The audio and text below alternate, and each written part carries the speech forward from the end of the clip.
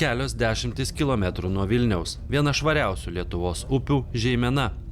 Kaip tik ši upė vienintelė Lietuvoje, kurioje neršia lašišos, kurių genai 100% laukiniai. O štai taip atrodo taurios žuvies nerštavietė. Jų Žeimenoje galima rasti ne vieną. Štai čia kaip tik tai ant šitos žvyro kalvelės neršia viena lašiša. Jos svoris gali būti apie 10 kg.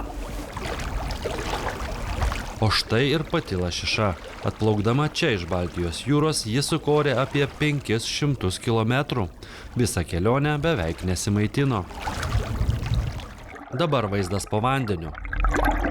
Štai jų net kelios. Ir patinas, ir patelė neršia, leidžia įkaras patelė, o patinas leidžia pienes. Jų tas apvaisinimas gamtoje natūralus, žinoma, nėra kaip dirbtinis. Sako, kad 0,1% tik apsivaisina.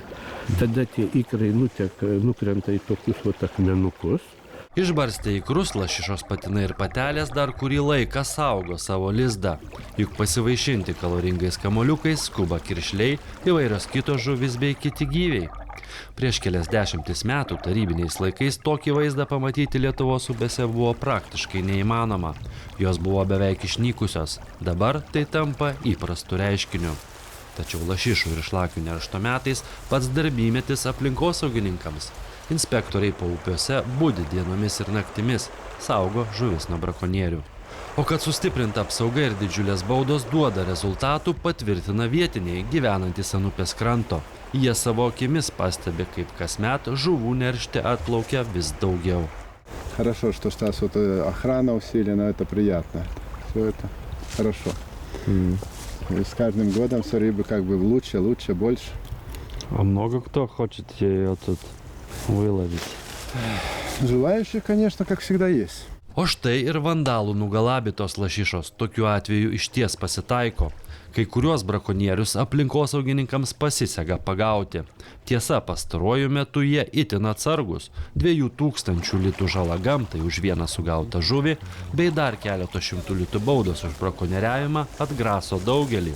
Rizikuoti ryžtasi tik kamikadzės. Žinot, kai baudos tokios ir žalos didelės, tai jų tikrai nedaug yra, nes labai saugojasi, važiuoja ne vienas su apsauga, sudėtinga jį pagauti. Praktiškai kaip baudžiamoji atsakomybė bėga.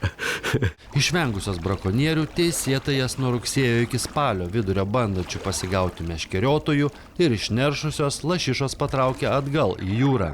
Taip jos kursuoja po keletą kartų per savo gyvenimą. Lašišų jaunikliai išsirita maždaug po 4 mėnesių ir 3 pirmuosius metus gyvena upėse. Po to keliauja į jūrą. Ir tik po 4 metų vėl grįžta neršti ten, kur pradėjo savo gyvenimą.